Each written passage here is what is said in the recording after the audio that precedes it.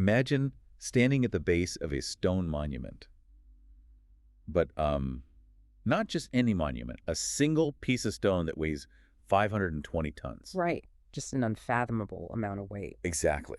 And it's carved with this painstaking precision to look exactly like a 10-story skyscraper. Complete with fake doors, fake windows, and even fake timber beams. Yeah, it's incredible. And now realize you are looking at this in the 3rd century A.D., standing right in the highlands of East Africa. Which is something a lot of people just do not picture when they think of the ancient world. No, not at all. And the civilization that built it, they were so incredibly powerful, so totally unbothered by external threats that they didn't even bother to build walls around their capital city. Because they knew absolutely no one was going to march an army into their heartland. Right. I mean, it is a level of geopolitical confidence that is genuinely rare in the ancient world. It really is. It's almost unprecedented for that era.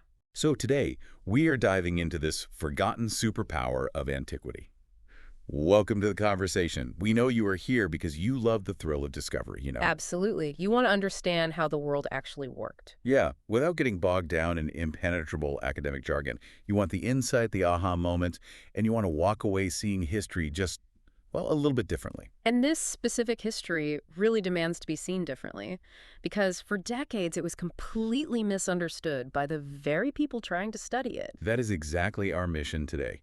We are journeying to the ancient northern horn of Africa, specifically the region we now know as the Ethiopian and Eritrean highlands. Such a fascinating part of the world. It is. We're going to trace the roots, the rise, and the sheer engineering audacity of the Aksumite civilization.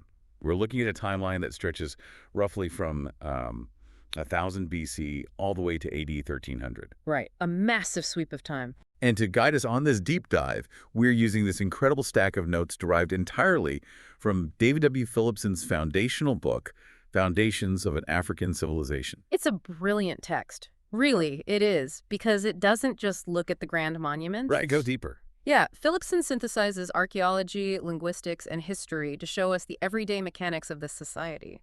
We aren't just going to look at what they built, we're going to look at how and why they built it. Okay, let's unpack this. Yeah. Because if you want to understand how a superpower rises, you have to look at the ground it's standing on. Geography is destiny, right? Right. It always starts with the dirt. Always. And the notes here paint a picture of a geography that is frankly intimidating. We are talking about the northern horn of Africa. To the east, you have these severe, precipitous escarpments that just drop off a cliff into the Danakil lowlands. And, I mean, those lowlands are some of the most sweltering, arid, and geologically active places on Earth. It's an incredibly harsh barrier. Then, if you look to the west, you don't find open plains either. You find these deeply eroded, plunging river valleys. Yes, the gorges there are massive. The notes specifically mention the Tekes Valley, which carves right through the landscape. So you have a highland plateau that is effectively a natural fortress, but it's a fractured fortress. Fractured is the perfect word for it. The physical mechanics of this terrain are crucial to everything that follows. How so? Well, because of how deeply these river gorges cut into the plateau, you end up with highly isolated microenvironments. A community living on one side of a gorge might take days or even weeks to safely traverse the terrain to reach a community just a few kilometers away as the crow flies. Oh, wow. So they were right next to each other, but physically worlds apart. Exactly. It essentially locks communities into their own little bubbles. That makes a lot of sense. And that extreme geographic isolation acts as an incubator. It allows very distinct cultural traditions to develop side by side without blending. Like what? Well, you get highly localized agricultural adaptations. You get incredibly distinct local identities maintaining themselves independently simply because crossing a single river valley was a monumental physical and logistical barrier. And it's not just the farming or the culture that gets incubated, right? It's the way they speak. Oh, the linguistics are fascinating here. Yeah, the notes have a really interesting breakdown of the linguistic landscape here. We are looking at languages from the Afroasiatic family, but they are split into two deeply entrenched branches. Right. You have the Cushitic languages, like Ago, and then you have the South Semitic languages, which linguists refer to as Ethio-Semitic, like Ge'ez, Tigrinya, and Amharic. The linguistic map of this region was actually a massive source of historical confusion for a very long time. Why is that? For decades, linguists would look at the map and see these Ethio-Semitic speakers clustered in the populous highland areas, completely surrounded by Cushitic speakers in the lower or peripheral terrains. Which naturally led people to assume that the Semitic speakers were invaders, right? Ex- Like, they arrived much later and just pushed the indigenous Cushitic speakers out of the prime real estate. That was the operating assumption. But as linguistic dating methods improved, that narrative completely fell apart. Really? Yeah. Modern linguistic analysis shows that the roots of these Ethio-Semitic languages in the Horn of Africa go back much, much further than anyone previously guessed. So they didn't just show up right before the empire started. Not at all. They didn't arrive 5 minutes before the monuments were built. They evolved locally over thousands of years alongside the Cushitic languages. So the people were indigenous, the languages were deeply rooted, and they were surviving in this fractured, isolated fortress. But, I mean, how? Well, that comes down to the farming. Right. The notes focus heavily on their foundational subsistence economy. Long before anyone was carving a 520-ton monolith, they had to figure out how to feed themselves on a rugged plateau. And it is not an easy place to farm. No, but they did it by cultivating emmer wheat, barley, and this uniquely local crop called teff. Plus, they were domesticating sheep, goats, and donkeys. The donkey is actually a crucial piece of this puzzle. Current archaeological evidence strongly suggests the donkey is a local African domesticate. Really? I wouldn't have thought of that. Yeah, and think about it. In a landscape defined by plunging gorges and steep escarpments, a beast of burden that is sure-footed and hardy is revolutionary technology. It's like inventing the ancient equivalent of an off-road vehicle. Exactly. But I really want to zero in on teff, because the notes highlight this as a major indigenous achievement. I know emmer wheat and barley were originally domesticated in southwestern Asia and slowly made their way into the region. Right, they were imported concepts, essentially. But teff was brought under human control right there in the Northern Horn. It is an agricultural marvel. Teff is a highly nutritious cereal grass, and, it remains the preferred staple food for the Ethiopian highlands to this day. For injera bread, right. Yes, exactly. But domesticating it was not a simple task. The notes mention that finding archaeological evidence for teff is incredibly difficult. Why is that? If it was the main staple crop, shouldn't there be evidence of it everywhere? You would think so, but the challenge comes down to basic botany. Teff seeds are microscopic. They are exceptionally tiny. Like how tiny? If you imagine a grain of wheat, a teff seed is a fraction of that size. So when archaeologists excavate a 3,000-year-old hearth or a storage pit, they aren't going to just find a visual pile of teff seeds waiting for them. So how do they even know it was there? Are they just guessing? No, they have to use a process called flotation. Flotation. Essentially, archaeologists take samples of the soil from an excavation site, like an ancient fire pit, and they place that soil into tanks of water. Okay. The heavy dirt and rocks sink to the bottom. But any microscopic carbonized organic material, like a charred teff seed from a cooking accident 3 millennia ago, floats to the surface. Oh, wow. Yeah, they skim that off, dry it, and then look at it under high-powered microscopes. That is incredibly tedious work. You have to literally wash the dirt. It is. It takes forever. And even with flotation, because the seeds are so small and fragile, they often just don't survive the centuries in the soil. That is wild. And this actually raises a really profound question. If it's this difficult to find evidence of their primary staple crop, what other invisible agricultural innovations did they master? Right. What else are we missing? Exactly. What other brilliant local adaptations to that harsh environment have been entirely lost to time simply because their physical footprint was too delicate to survive? That puts things in a totally different perspective for me. Mm-hmm. Because the notes quote Philipson calling out other historians who try to lump all of this ancient food production into one generic box. Yeah, that happens a lot in older scholarship. Like, oh, they were farmers, let's move on to the kings. But treating all ancient farming as the same thing is like saying someone who casually grows a tomato plant on their balcony has the exact same skill set as a genetic botanist breeding drought-resistant crops. That is a much more accurate way to frame it. The domestication and processing of teff is not casual gardening. No. It requires highly specific, multi-generational knowledge of soil conditions, rainfall patterns, and specialized harvesting techniques. It was a complex, tailored scientific achievement by the indigenous population. And understanding that deep, localized scientific achievement is absolutely vital because it leads us directly into what might be the biggest historical controversy of this entire region. Oh, absolutely. Which brings us to the myth-busting portion of this deep dive. The Ethio-Semitic debate. Right. According to the notes, for a very long time, historians looked at the Aksumite civilization and essentially refused to believe that the local Africans could have built it. Which is incredibly frustrating to look back on. It is. In 1928, a scholar named Carlo Conti Rossini put forward a theory that became the gospel truth for decades. Yeah, his influence was massive. He claimed that a vastly superior civilization from South Arabia, specifically the Sabaeans, from modern-day Yemen, crossed the Red Sea, colonized the Horn of Africa, and basically jump-started the whole thing. Right. It was a classic colonial era narrative. And obviously, we are just reporting on the historical arguments here to show you how the scholarship has evolved, but it's pretty clear where that bias comes from. Completely. The assumption back then was that any sophisticated architecture or complex state formation in Africa must have been imported by external, so-called advanced saviors.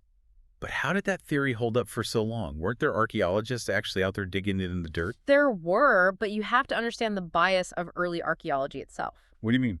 When archaeologists in the early 20th century went to the Horn of Africa, they weren't looking for ancient tomato growers, to use your analogy. Right. They were looking for treasure. They were looking for massive stone walls and royal inscriptions. So they focused 100% of their time and funding on excavating elite monumental religious sites. And at those elite sites, they did find things that looked Arabian, right? Yes, they did. They found temples with South Arabian architectural features, and they found inscriptions written in a South Arabian script. So they saw that and just jumped to conclusions. Exactly. What's fascinating here is how they looked at that tiny, elite fraction of the society, dusted off their hands, and said, case closed, it's an Arabian colony.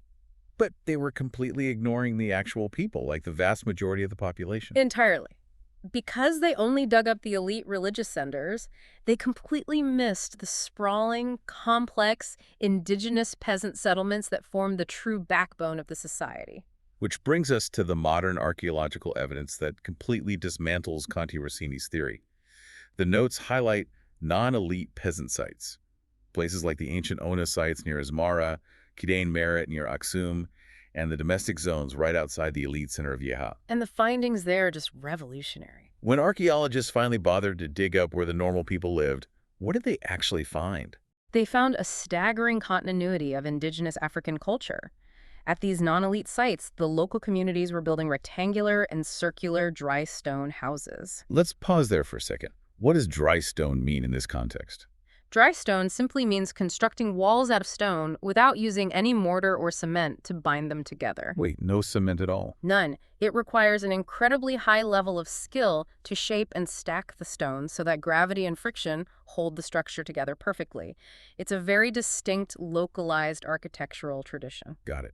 And the notes also mentioned they were using microlithic stone tools. I'm assuming that means very small stone. Exactly. Micro meaning small, lithic meaning stone. Okay. Rather than using large, clunky hand axes, they were napping tiny, razor-sharp blades of stone, often obsidian or chert. What do you do with a tiny stone blade? They would embed these tiny stone blades into wooden or bone handles to create highly specialized composite tools, like sickles for harvesting, that teff we talked about. That is so resourceful. And crucially, the notes explicitly point out that at this early stage, there is absolutely no iron at these sites. That is a critical piece of evidence. Why is the lack of iron so important? Because if a vastly superior South Arabian civilization had arrived in force to colonize the area, they would have brought their metallurgy with them. They used iron. But the archaeological record at sites like Ancient Ona shows a subsistence farming lifestyle that has virtually zero evidence of contact with South Arabia. We find their local pottery, their microlithic tools, their indigenous cattle and crop remains. So were there any Arabians there at all? Or was that totally made up? No, yes, undoubtedly there were Arabians present. There was cross-Red Sea contact, but the Arabians were a small minority presence. Okay, so they were there but not in charge. Exactly. Their influence was largely restricted to prestige markers, monumental architecture, and a writing system, and that influence was very quickly absorbed and adapted by the overwhelmingly dominant indigenous population. You know, it's as if a few tourists brought a specific spice to a foreign country. And future historians gave those tourists 100% of the credit for the entire local cuisine. That is a brilliant way to conceptualize it. The local African elites were participating in a broader Red Sea cultural network. They imported some specific prestige elements, but the day-to-day culture, the domestic architecture, the agricultural base, the actual engine of the society was entirely local. Okay, so the foundation is unequivocally African. But I have to say, the notes detailing the elite sites that those early archaeologists obsessed over, the stuff with the Greek-style columns, so to speak. Right, the monumental sites. They are objectively incredible feats of engineering. Let's look at exactly what these elites were building, because it sets the stage for the power dynamics of the whole region. We were talking about moon gods and monoliths. The religious architecture of this period is striking, and you can definitely see why it misled early scholars. Let's start with the Great Temple at Yeha. The notes say this structure survives to a height of 13 meters. That's massive. It is a towering structure. It had a massive portico with 6 huge rectangular pillars. Right. And again, it was built using perfectly dressed, dry stone masonry, meaning they were carving these massive stone blocks to fit together so tightly you couldn't slip a piece of paper between them without a single drop of mortar. And we know it was dedicated to a god named Almaqah. Right. So who is Almaqah, and why is an Arabian moon god being worshipped in an African temple? Almaqah was the chief deity of the Sabaean kingdom in South Arabia, and the Great Temple at Yeha looks remarkably similar to temples dedicated to Almaqah from the same period in Yemen, such as the famous sanctuary at Marub. So it's basically a direct architectural copy. In many ways, yes. For the local elites in the Horn of Africa, aligning themselves with the powerful Sabaean religious and cultural sphere was likely a geopolitical strategy. It elevated their status. It makes them look like global players. Exactly. And Yeha isn't an isolated case.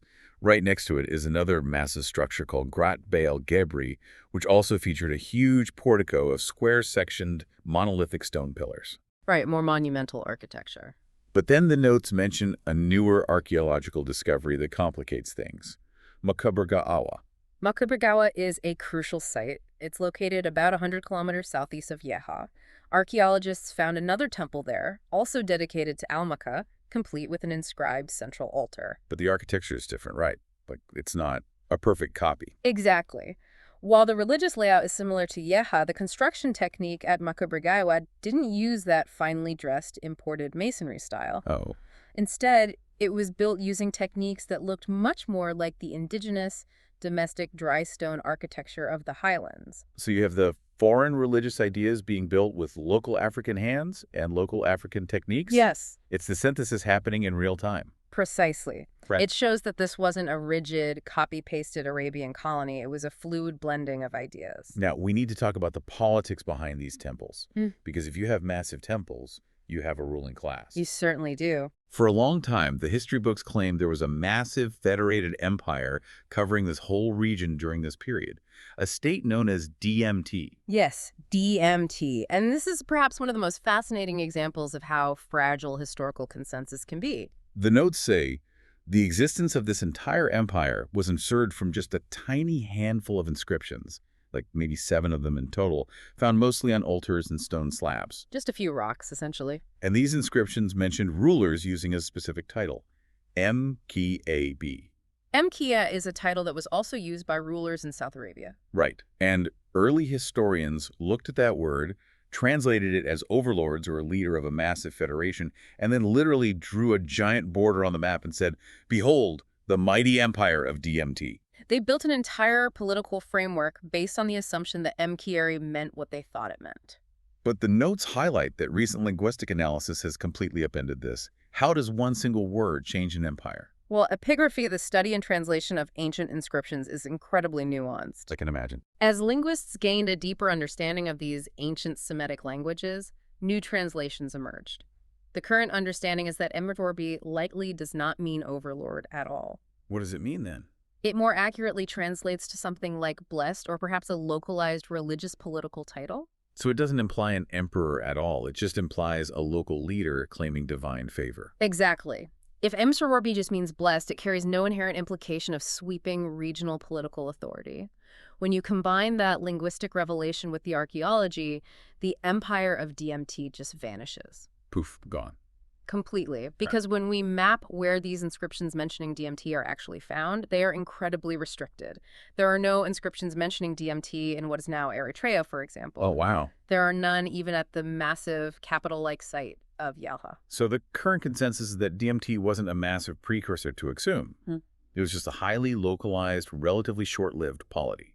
Just one player on a fractured game board. Exactly. It serves as a stark warning about the danger of relying on a handful of elite inscriptions to tell the story of an entire complex region.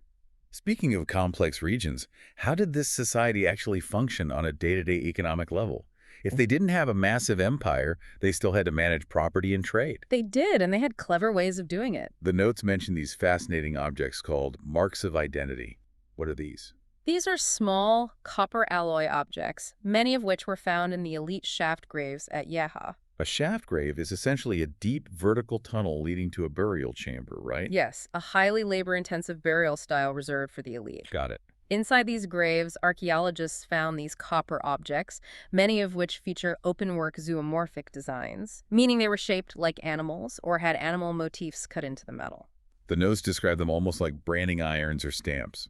That appears to be their primary function. While a few of them contained script forming a personal name, most were just recognizable physical symbols. What were they stamping? They were used to stamp clay ceilings on property, like pottery jars or storage room doors. Oh, I see. So if you are a local leader trying to manage an economy where, 99% of your population is completely illiterate, you can't use written ledgers. Right. Written receipts are useless. You need a highly recognizable physical brand. It's an elegant administrative solution. It bridges the gap between the literate elite and the illiterate masses. That makes total sense. A farmer doesn't need to be able to read South Arabian script to know that a jar stamped with the specific copper lion belongs to the local governor. It allows an economy and a taxation system to function across vast social strata. That is brilliant.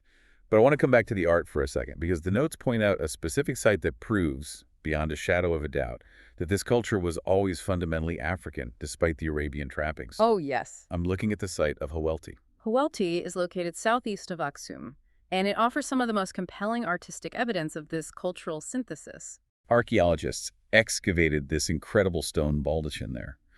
A baldachin is essentially a large stone canopied throne or altar, right? Yes, a monumental architectural canopy. And it is covered in carvings.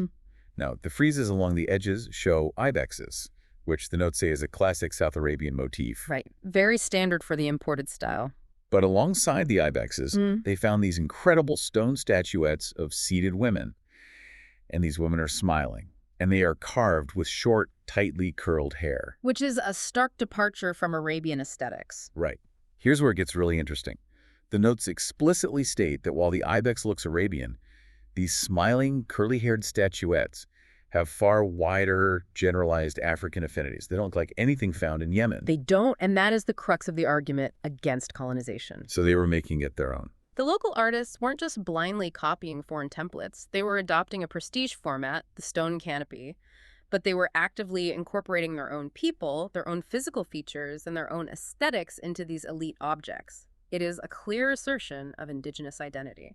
It's incredible. So if this localized Dʒm-type polity wasn't the empire that spawned Aksum, and these Arabian influences were just a surface-level prestige layer, where is the direct line to the Aksumite superpower?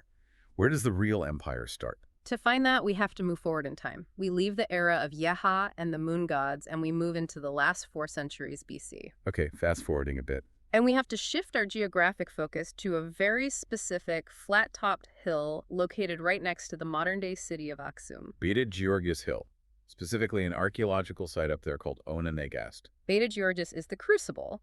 This is where the true Aksumite site begins to coalesce. The notes refer to this era as the Proto-Aksumite period. And the archaeology up on this hill looks very different from the temples at Yeha. We start seeing massive, built stone platforms with rough-hewn stone stelae marking elite shaft graves. It's a whole new style of asserting dominance. It is. But what's really telling are the objects they are pulling out of these graves. The grave goods tell a story of a massive geopolitical pivot. Right. In these graves, they are finding glass beads, they find a copper alloy seal, they find a fragment of a pottery beaker that is distinctly Meroitic, meaning it comes from the kingdom of Kush, far to the west in modern-day Sudan. Yes. And most surprisingly, they find traces of wine amphorae from the western Mediterranean, which must have traveled down the Nile Valley to get there. Think about what that implies. For centuries, the elite in this region looked eastward, across the Red Sea to South Arabia for their prestige goods and cultural inspiration. Right, the moon gods and the ibexes. But on Beta Giyorgis, during these last centuries BC, they turn their backs on Arabia. The trade networks pivot completely. They are looking the other way. They are looking north and west, tying themselves into the Nile Valley, the kingdom of Kush, and most importantly, the superpower of the era, Ptolemaic Egypt. And the notes give us the exact reason why Ptolemaic Egypt was suddenly so interested in the remote Red Sea coast.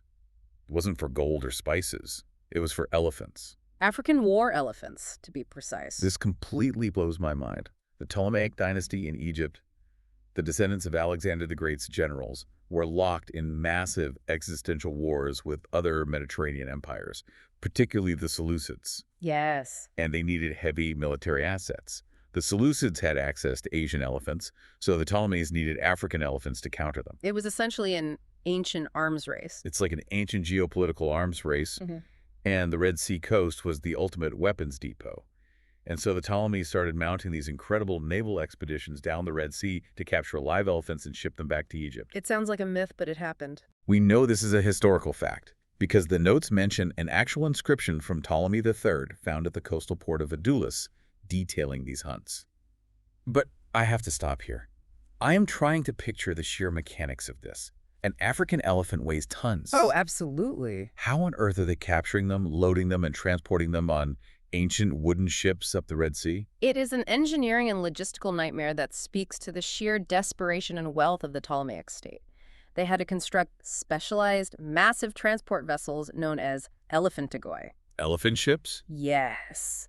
Think about the physics involved. It's not just the static weight of the animal, which is immense. It's the dynamic weight. What do you mean by dynamic weight? Well, if an elephant shifts its weight in panic, it can easily capsize a wooden ship. So they had to build ships with incredibly deep drafts and wide beams for stability. That makes sense. Then you have the logistical nightmare of water. An elephant drinks an enormous amount of fresh water every single day. Oh, right. You're out at sea. You can't just find a river. Exactly. So these ships had to be loaded with heavy, massive cisterns of water, significantly increasing the overall cargo weight. And they had to keep the elephants calm during a sea voyage? Right.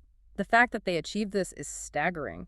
And the port of Adulis, which sits on the coast near the Ethiopian highlands, became a critical staging ground, a vital node in this international military supply chain. So if Adulis is essentially an ancient weapons depot for the Ptolemies, and all this foreign wealth and attention is flooding into the region, I have to ask, did the Egyptians basically fund the creation of Aksum? Did this external demand jumpstart the state on Beta Giyorgis? It is very tempting to draw a direct line of causation there, to say Egypt wanted elephants, so Aksum was born, but the archaeological evidence doesn't support it. Really? I would have assumed they just bought their way to an empire. It's a common assumption. But the trade networks undoubtedly brought wealth, new technologies, and Mediterranean goods to the elites on Beta Giyorgis. However, the political and cultural developments happening on that hill were strictly local. So they were already organized. Yes. The way they built their platform graves, the way they structured their settlements, these were continuous local evolutions. They were taking advantage of the Egyptian trade, certainly, but their state formation wasn't just a reaction to it. Which perfectly sets up a critique you have in the notes about the term Proto-Aksumite. I do have a strong critique of that term. While Proto-Aksumite is the standard label archaeologists use for this era on Beta Giyorgis, it is highly misleading to the public. Because proto implies a prototype, like a rough draft before the real thing arrives. Precisely. It falsely implies a sudden break from the past, as if a switch was flipped and a new group of people arrived to start the real Aksum. But that's not what the dirt says. No. The reality in the dirt shows absolute continuity. The people living on Beta Giyorgis, trading with the Nile, and burying their elite under stone stelae were the direct, indigenous ancestors of the Aksumites. It was a local evolution, not a sudden rupture. They're the same people, just leveling up. They were consolidating their power, expanding their trade networks, and preparing for the main event. Because they didn't stay up on that hill forever. Around the 1st century AD, the elite on Beta Giyorgis made a massive move. They packed up and moved down the hill into the valley below. And that geographic shift down into the valley marks the true emergence of the Aksumite kingdom. And what an emergence. We are now entering the zenith of Aksum, spanning roughly from the 1st to the 7th centuries AD. This is the golden age. The absolute peak. This is when Aksum explodes onto the world stage, ranking alongside Rome, Persia, and China as one of the great superpowers of late antiquity. And the most visible, breathtaking evidence of that power isn't a text or a coin, it is the still park. We talked about this in the very beginning, but we need to dive deep into the mechanics of it now. These are not just large, rough rocks stuck in the ground. No, far from it. These are huge monoliths carved out of solid stone to look exactly like multi-story buildings. And I mean exactly. They have carved doors at the base with detailed locks. They have rows and rows of carved windows. They are essentially architectural models made of single stones. And it culminates in the 3rd and 4th centuries AD with a stela that is almost impossible to comprehend. The Great Stela. The notes say this single piece of rock weighed 520 tons. It was intended to stand 33 meters high. It is the largest single block of stone ever attempted to be erected in the ancient world. Let's break down the sheer physical logistics of this. How do you move 520 tons of solid rock from a quarry to a burial site without diesel engines or hydraulic cranes? It requires a profound understanding of physics, engineering, and human organization. Right. Stone has incredible compressive strength, meaning it can support a lot of weight pressing down on it, but it has very poor tensile strength, meaning it can easily snap if it bends or is unevenly supported while lying flat. So if you drop it while moving it, or if it goes over a bump, the whole thing just shatters. Exactly. To move a 520-ton monolith, you can't just drag it. You have to lay down a meticulously graded, perfectly level track of massive timber sleeper. Then, you place the stela on wooden rollers. You need hundreds, perhaps thousands, of men hauling on massive ropes, moving in perfect unison, guided by engineers who are calculating the sheer stress on the rollers in real time. If we connect this to the bigger picture, it's mind-blowing. And the notes point out a fascinating connection here regarding the quarrying technology. Yes, the techniques used to extract these massive blocks of syenite stone at Aksum showed distinct parallels with the quarrying techniques used in Rome and Egypt. So they weren't inventing this in a vacuum. No, they were highly plugged into the globalized engineering knowledge of the ancient world. They likely had engineers who had studied or observed Roman techniques, and they adapted that knowledge for their own massive projects. But it's not just the engineering. It's the economics of the labor force. If you have thousands of men pulling ropes, carving stone, and laying timber tracks, those men aren't farming. Which means the state has to feed them. Exactly. The sheer caloric math of this project implies a highly structured society capable of producing massive agricultural surpluses, taxing that surplus, storing it, and redistributing it to specialized workforces. It's an administrative triumph. The stela isn't just a monument to a king, it's a monument to bureaucratic efficiency. It is the ultimate flex of state capacity. And the architecture they were mimicking in stone on those stelae was based on the actual, real-world buildings of the Aksumite elite. The notes detail a construction technique that I find absolutely brilliant. They call them monkey heads. It's an incredibly sophisticated engineering solution for multi-story masonry. Let's explain how this works. You have these massive dry stone walls, but instead of just stacking rocks, the Aksumites embedded a framework of horizontal and transverse timber beams inside the stone walls as they built them up. Yes. The monkey heads were the rounded ends of these wooden transverse ties that stuck out from the face of the stone wall. Why do this? Why put wood inside a stone wall? It goes back to what we discussed about tensile versus compressive strength. A purely dry stone wall is rigid. If the ground shifts, the wall cracks and collapses. Okay, so it's fragile in an earthquake. Precisely. By lacing a continuous interlocking wooden grid inside the masonry, you introduce flexibility and tensile strength to the structure. It's like ancient rebar. They're using timber ties inside stone walls to give the buildings flexibility and strength. An ancient earthquake-proofing system. Exactly. The timber absorbs the shear forces.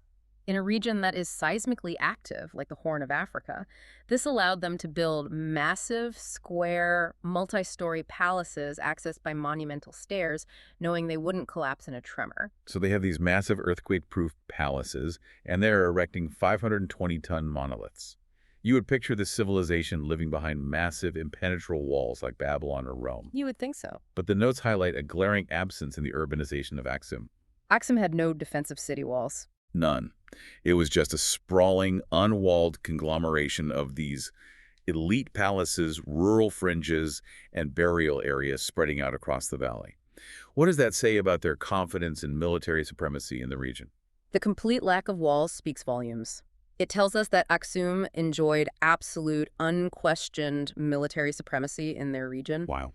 A walled city implies fear. It implies that you expect a hostile army to reach your doorstep. The Aksumites didn't build walls because their borders were secured hundreds of miles away. They were the undisputed heavyweights, projecting power outward, never fearing an inward strike. And they were funding this sprawling, unwalled metropolis through the port of Adulis, managing an international trade network that is hard to fathom. The notes say they were managing a massive ivory trade that reached all the way to the Mediterranean in one direction and across the Indian Ocean to Sri Lanka in the other. The sheer volume of wealth flowing through Adulis would have been staggering. They were exporting ivory, obsidian, gold, and animal skins. And what did they get in return? In return, they were importing bulk textiles, glassware, wine, and raw metals from across the known world. But this brings up a massive logistical problem. If you were managing an intercontinental ivory trade, funding a massive unwalled city, and feeding the thousands of workers building your 520-ton megaliths, how are you actually paying for it? You can't just barter. Right. Bartering bags of teffs or trading individual cows doesn't scale to the level of a global empire. You need a centralized mechanism. You need a standardized unit of value. And more importantly, you need a way to communicate your authority to dozens of different subject populations across a vast territory. Which brings us to one of the most brilliant administrative moves of the ancient world. Aksum was the very first indigenous African state to issue its own coinage. That is a massive historical milestone. Minting your own currency puts you in an exclusive geopolitical club in late antiquity. They minted coins in gold, silver, and copper. But what the notes highlight isn't just the metallurgy, it's the psychology of the design. The Aksumite state was effectively bilingual in its administration, and they weaponized that bilingualism on their currency. The dual-language coinage is a masterclass in targeted political propaganda. Let's break down how this worked. The gold coins, which were the high-value currency used exclusively for international trade, were inscribed in Greek. But the copper and silver coins, the everyday, lower-value money used in the local markets, were inscribed in Ge'ez. Right. Why split the languages like that? Well, think about where the money is going. Gold travels. A gold Aksumite coin might end up in a merchant's pouch in Alexandria, Constantinople, or India. So it needs to be understood globally. Therefore, it needs to speak the lingua franca of international commerce, which was Greek. It announces to the global market, we are Aksum, we possess immense wealth, and we speak your language. We are your peers. It's an international billboard for the state. Exactly. But the copper coins, they never leave the highlands. A copper coin is what a local farmer uses to buy a loaf of bread or pay a local tax. Oh, that's smart. So the copper coins speak to the local people in their own indigenous language, Ge'ez. Every single time a citizen makes a transaction, they are holding a physical piece of propaganda that reasserts the king's authority in a language they intimately understand. It's incredibly sophisticated, and the Aksumite kings were absolute masters of manipulating language for authority. So what does this all mean? There is a specific detail in the notes about King Ezana in the 4th century that perfectly illustrates this. The evolution of the Ge'ez script. Right, so Ge'ez originally was an unvocalized script. Meaning it only wrote the consonants, much like ancient Hebrew or Arabic. The reader had to supply the vowels based on context. But during Ezana's reign, the script undergoes a massive technological upgrade. It becomes vocalized. Yes, the Ethiopic vocalized script. They started adding little modifications, tiny dashes or circles to the consonant shapes to indicate exactly which vowel sound followed. It makes reading and writing infinitely more precise. It drastically reduces ambiguity in administration and religious texts. But here is the crazy part.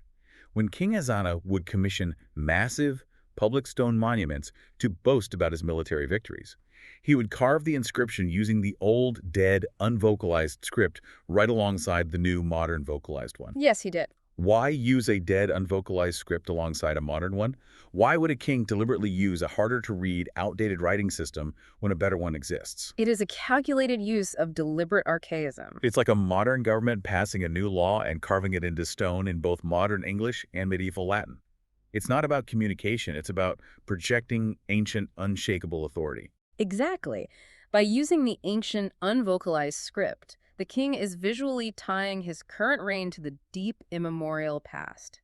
He is telling his subjects, my power is not new, it is rooted in antiquity, it is eternal and unshakable. It lends a profound gravitas to his authority. And they needed every ounce of that gravitas because their ambitions were growing. They weren't content just controlling the highlands and the trade routes. They eventually projected their military power all the way across the Red Sea. Let's look at King Caleb in the 6th century. Caleb's reign represents the absolute zenith of Aksumite geopolitical projection. The notes detail how King Caleb mounted a massive naval invasion of South Arabia. Now, domestically, he carved inscriptions framing this as a righteous religious crusade. Aksum had officially adopted Christianity in the 4th century, right? Yes, they were a major Christian power. And Caleb claimed he was crossing the sea to save persecuted Christians in Arabia from a brutal non-Christian ruler. That was the domestic propaganda. And while there was genuine religious conflict in South Arabia, if we zoom out and look at the broader macroeconomic picture, the religious framing masks a much more pragmatic reality. It was a proxy war. It was the ancient equivalent of a Cold War proxy conflict. Let's explain the mechanics of this. Who are the major players? You have the Byzantine Empire, the Roman East, essentially locked in a bitter existential struggle with the Persian Empire. Yeah. The Persians were expanding aggressively and threatening to choke off the vital maritime trade routes to the east. The routes bringing silk from China and spices from India up the Red Sea to Byzantine territory. And the Byzantines couldn't effectively project their own naval power all the way down into the Indian Ocean to fight the Persians directly. No, their supply lines would be far too stretched. So they needed a proxy. They needed a powerful, friendly state with naval capability situated right on the choke point of the Red Sea. They needed Aksum. So the Byzantines essentially egg King Caleb on. They encourage him to invade South Arabia, not just for religious reasons, but to secure those eastern trade routes and keep them in friendly Christian hands away from Persian control. Exactly. Aksum was operating on the biggest geopolitical chessboard of the era, negotiating directly with Constantinople to check Persian expansion. And it worked. The notes say Aksum successfully held territory in South Arabia for much of the 6th century. It's an astonishing peak of power. Truly remarkable. But, of course, history is constant motion. The geopolitical tectonic plates shift. Eventually, this highly literate, deeply connected, wealthy empire had to transition. And transition is the key word. We often hear the phrase the collapse of Aksum, but the notes and modern scholarship make it very clear that collapse is the wrong framework. Why is that? What actually happened? It was a confluence of factors. The climate in the northern highlands began to degrade, becoming more arid and less capable of supporting massive agricultural surpluses. So the environment changes. Simultaneously, the geopolitical map shifted radically in the 7th century with the rapid rise and expansion of the Islamic Empire, which disrupted Aksum's traditional Red Sea trade monopolies. So the economic engine stalls. Yes, but the society didn't vanish. The political center of gravity simply shifted. The capital moved further south and east, away from the coast, and deeper into the easily defensible highlands. Which changes their whole orientation. Right. Over centuries, they transformed into the medieval Christian kingdoms, like the famous Zagwe dynasty that would later carve the astonishing rock-hewn churches of Lalibela. The bloodline, the language, the religion, the deep agricultural knowledge of teff, none of it disappeared. It just adapted to a new reality. The foundations held. It is a story of profound resilience. Let's recap this incredible journey we've been on, because we've covered a massive amount of ground today. We started by busting a century-old myth. We learned that the superior Arabian colonizers were a fiction born of archaeological bias. We discovered that the true roots of this civilization were local African farmers, mastering the incredible botanical challenge of domesticating teff and developing sophisticated dry stone architecture. We saw how those indigenous communities selectively adopted foreign influences like an Arabian moon god or a writing system, but adapted them to assert their own unique African identity, like we saw with those smiling statuettes at Hawalti. We track their strategic rise during the Ptolemaic arms race, capturing war elephants and plugging into global trade networks without losing their local continuity. We marveled at the sheer, mind-bending logistics of moving a 520-ton megalith and the brilliant engineering of earthquake-proof, timber-laced palaces in a city so powerful it didn't even need defensive walls. And we decoded the geopolitical mastery of bilingual coinage system designed to manage a vast international proxy war. I think the real value of this deep dive for you, the listener, is the reminder that history is rarely about a sudden spark of imported genius. True civilization builds slowly. It builds from the soil up. Yeah, that's such a great point. It relies on the deep, accumulated scientific knowledge of the local environment, adapting local resources while selectively borrowing from global networks when it's advantageous, but always maintaining its own core identity. It's a story of breathtaking ambition and adaptation. But as we wrap up, there is one final lingering mystery drawn from our notes that I want to leave you with. It's a profound and somewhat haunting detail. We know for a fact that the Aksumites were highly literate. We've talked about their coins, their stone monuments in multiple scripts, their royal decrees. We also know that their religious texts, like their early translations of the Bible and the stunningly illuminated Abhagarima Gospels, survived the centuries because the Ethiopian Orthodox Church meticulously preserved them in remote monasteries. They were copied, protected, and venerated as sacred objects. But the notes explicitly state something heartbreaking. All secular Aksumite literature has perished. None of it survives. Not a single secular manuscript. So I want you to really think about that. Think about a society that could engineer 500-ton monoliths using advanced physics. A society that invented earthquake-proof architecture. A society that coordinated massive international naval logistics and negotiated proxy wars with the Roman East. Right. They were brilliant. What incredible works of secular literature, poetry, philosophy, history, or early science did they write down? They must have had vast libraries written on perishable materials like parchment or papyrus. But because it wasn't carved into stone for propaganda, and because it wasn't saved by monks for religious preservation, it simply decayed into the highland soil. What brilliant Aksumite voices, what epic poems, what scientific treatises are we missing simply because of the fragility of the medium they wrote on? It's a vast, silent library of human thought, lost beneath the earth. Something to mull over the next time you write something down on a piece of paper. It really puts the fragility of our own knowledge into perspective. It absolutely does. Thank you so much for joining us on this deep dive to the ancient Horn of Africa. Keep questioning those historical blueprints, look past the monuments to the people who built them, and keep diving deep. Take care, everyone.